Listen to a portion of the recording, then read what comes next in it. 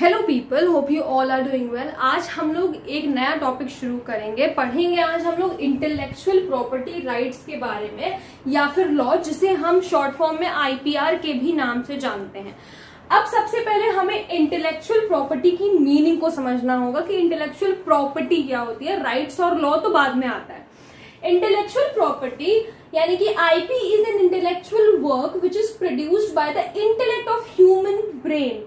IP क्या है? Intellectual property एक ऐसी प्रॉपर्टी है जो कि एक ह्यूमन ब्रेन प्रोड्यूस करता है, ह्यूमन ब्रेन प्रोड्यूस करता है। अब ये क्या हो सकता है, एग्जाम्पल समझते हैं। एग्जाम्पल हो सकता है म्यूजिक हो सकता है, ठीक है। जैसे कोई गाना आप सुनते हो, उसमें जो म्यूजिक पड़ता है वो भी किसी के इंटेलेक्ट से ही प्रोड्यूस हुआ है, कि ह्यूमन ब्रेन से ही प्रोड्यूस हुआ है, ठीक है।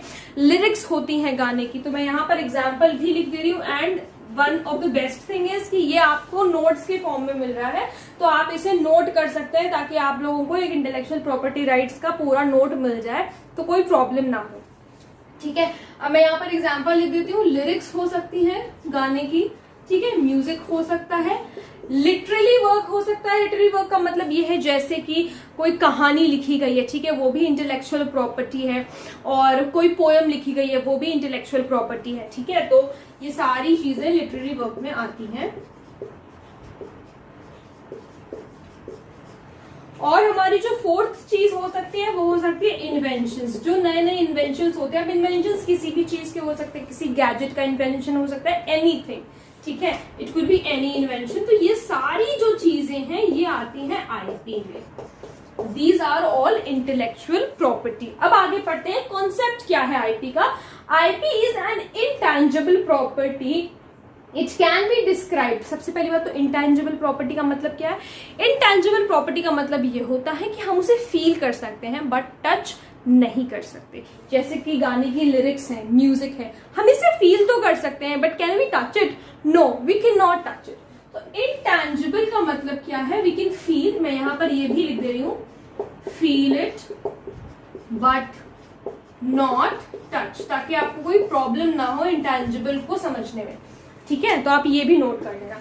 इंटैंजिबल प्रॉपर्टी का क्या मतलब होता है कि आप फील तो कर सकते हो, गाने को आप फील तो कर सकते हो but you can't touch it, okay. That is called intangible property. It can be described as property. अब हम प्रॉपर्टी क्यों कहते हैं इसको, ये भी देख लेते हैं कि हम इसको प्रॉपर्टी कहते क्यों है। इसलिए क्योंकि वो केपेबल होती है सेल के लिए, परचेज के लिए, या फिर मॉर्गेज के लिए।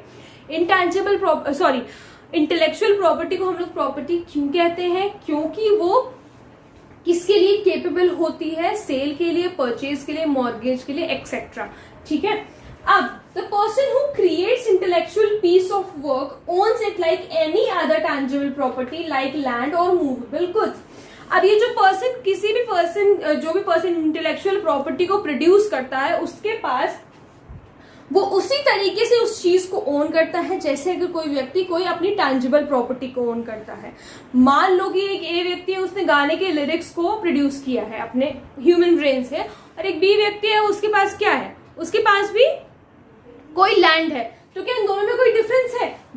जो लिरिक्स उसके पास है वो उसकी प्रॉपर्टी है, वो भले ही इंटैंजिबल प्रॉपर्टी है but it is a property because it is capable of sale, purchase and mortgage. Same यही चीज भी है यहाँ पर, लैंड भी टैंजिबल प्रॉपर्टी है।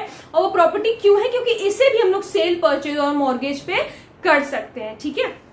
तो वही चीज है, अगर इंटैंजिबल प्रॉपर्टी है, इंटेलेक्चुअल पीस ऑफ वर्क है, तब भी वो प्रॉपर्टी है। और क्यों? क्योंकि वो लैंड और मूवेबल गुड्स की तरह उसको भी हम लोग सेल, परचेज और मॉर्गेज कर सकते हैं, ठीक है। बहुत सिंपल सी बात है। अब देखते हैं, द ओनर ऑफ आईपी यानी कि the owner of intellectual property has exclusive rights over his intangible property.